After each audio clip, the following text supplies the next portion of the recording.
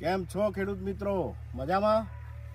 જય પરિવર્તનમાંથી એગ્રી વર્લ્ડમાંથી જનક વાઘેલા અને મારી રફતાર ટીમ છે મારી સાથે. વિઠ્ઠલભાઈ મારી સાથે છે, અનિલભાઈ મારી સાથે છે અને ખેડૂત મિત્રો સાથે આજે આપણે ખેડા જિલ્લાના મહેમદાવાદ તાલુકાના દેવકી વણસોલ ગામની અંદર આવ્યા છે. અહીંયા આપણે ચીકોરીની ખેતી થઈ રહી છે અને ચીકોરીની ખેતીની અંદર જય પરિવર્તનની દવાનો આપણે યુઝ કરેલ છે.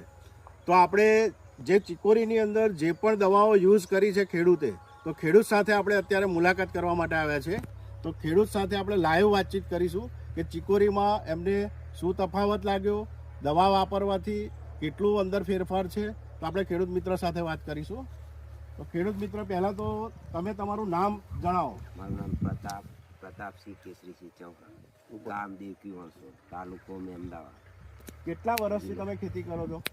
આ તો ઘઉંના ડોગર જ કરતા હતા પહેલાથી, પણ આ વર્ષે પહેલી વખત ચીકોરીની ખેતી કરી છે. બરાબર. કેટલા વીઘા જગ્યા છે તમારી? 2.5 વીઘા. અને ચીકોરીને ટાઈમ કેટલો થયો ચીકોરી કરે? ચીકોરી કરે 2.5 મહિના થયા સર. 2.5 મહિના. હા. તમે જય પરિવર્તનની કઈ કઈ દવાઓનો યુઝ કરેલો છે? જય પરિવર્તનનું જે નામ તો ભૂમિ પરિવર્તન છે, અને પછી રૂટ પરિવર્તન, સોઇલ હેલ્થ પાવર. ત્રણ દવાઓનો તમે ઉપયોગ કરેલો છે. ઉપયોગ કેવી રીતે કરેલો છે? આ ઉપયોગ પાણી ચાલુ પાણીમાં અંદર ટપક પદ્ધતિથી કરેલો છે. હવે એ તમે યુઝ કર્યા પછી તમને આની ચીકોરીની અંદર ફેરફાર શું લાગ્યો? જોરદાર રિઝલ્ટ. જોરદાર રિઝલ્ટ એટલે તમારું શું કહેવું છે? જોરદાર એટલે એનો વિકાસ થયો, પાનનો વિકાસ છે, થળિયાનો વિકાસ છે, બધું સરસ. એ કેવી રીતે ખબર પડી? તમે ચીકોરી તો પહેલી જ વાર કરો છો? એટલે કોઈ ખેડૂત કરે છે તમારે અહીંયા ચીકોરી? અહીંયા મેં પહેલી જ વખત કરી છે આખા ગામમાં. પહેલી વખત. બરાબર છે. અને રિઝલ્ટ એકદમ કમ્પ્લીટ.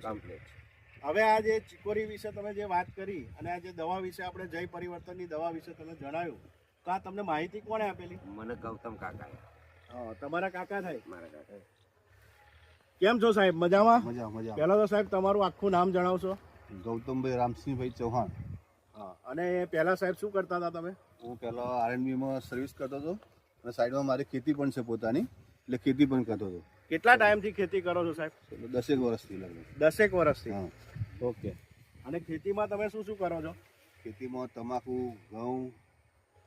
બરાબર. એમાં જય પરિવર્તનની કોઈ દવા યુઝ કરેલી?